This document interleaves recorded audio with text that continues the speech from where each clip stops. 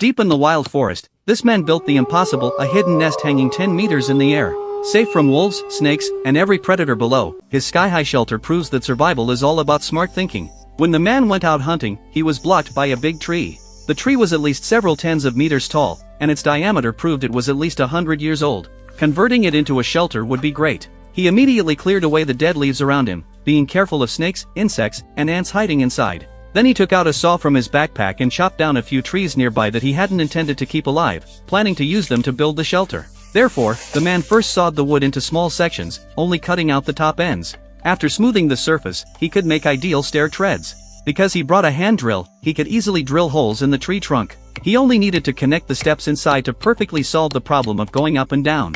However, to make it even safer, the man soon found some vines and reinforced the staircase once more. He immediately removed the remaining wood from the slot and made more using the same method.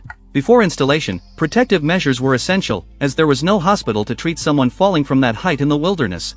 Alternatively, he hammered the wood using a bamboo shoot tip to secure it, allowing the stick to extend outward from the center. To improve its load-bearing capacity, he added diagonal braces to the bottom of the wood so that it could support his weight and allow him to walk as if on flat ground. After finishing, the man found the vines, traced their outlines into circles, and fixed them with wooden nails at the nodes, successfully increasing the inner area of the casing. The curved design made full use of the interior space, and the rest of the space could be decorated with vines. The entrance was set relatively narrow, which made living inside feel safer. Finally, the man started building the wall. Here, he used a slightly different method. He first wrapped the vines around his head level, then secured them with wooden nails, and extended them outward.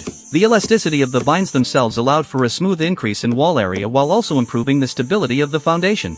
The remaining part was filled with wooden sticks. The place surrounded by wood was especially safe, and it was incredibly comfortable to sleep in there. He also left 2 small windows to ensure the shelter received enough light. If you zoomed out a bit, it looked like a giant birdcage, not much different. Since he hadn't brought his fireplace with him this time, the man found a tree stump and made holes at both ends and at the top to create a Swedish torch. Don't underestimate these things. Once you put some firewood in, they'll burn for several hours without any problem.